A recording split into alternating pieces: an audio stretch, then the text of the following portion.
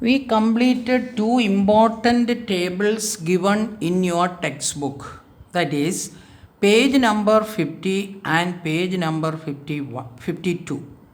If you all got 20 out of 20 for these two tables, when you check the answer with the textbook, you can clearly follow a table which is given in page number 58.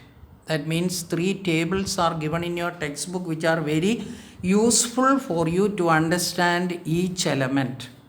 Therefore, those who made mistakes in table 1 and table 2, do the correction with the help of the textbook.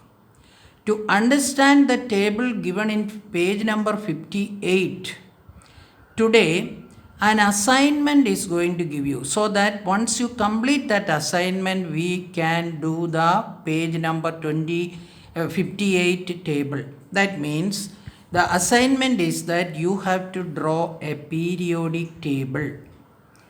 That is, I'll give you all the instructions. The assignment is that classification of elements. That means it takes some time to draw it neatly and draw it and keep it carefully, so that when we take the classification of elements we can use that periodic table. Till now 118 elements have been discovered. To study each element separately is very difficult. To make this difficult task easier, less time consuming and systematic efforts were made to classify these elements. Classifying the elements means grouping the similar elements together. This classification method is based on the modern periodic law. What is meant by modern periodic law? Modern periodic law states that the properties of the elements are related to their atomic number. That means we must know the atomic number. Characteristic of modern periodic table 1. In that modern periodic table, 18 vertical columns are called groups, which are numbered from 1 to 18. 2.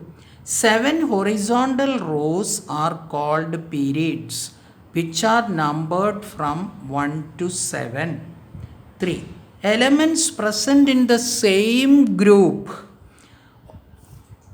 or period show similarity in properties, or they show a regular increase or decrease in the properties. This is called the periodicity of properties. All of you should draw the modern periodic table given in your textbook, page number 57. In order to write how to draw that table, I will give you all the instruction. Consider this as an assignment for 5 marks. Therefore, follow the instructions that I give and keep the assignment carefully. When the school reopens, you can submit it. No need to send any photos. And looking at the photos, the presentation of the project cannot be evaluated.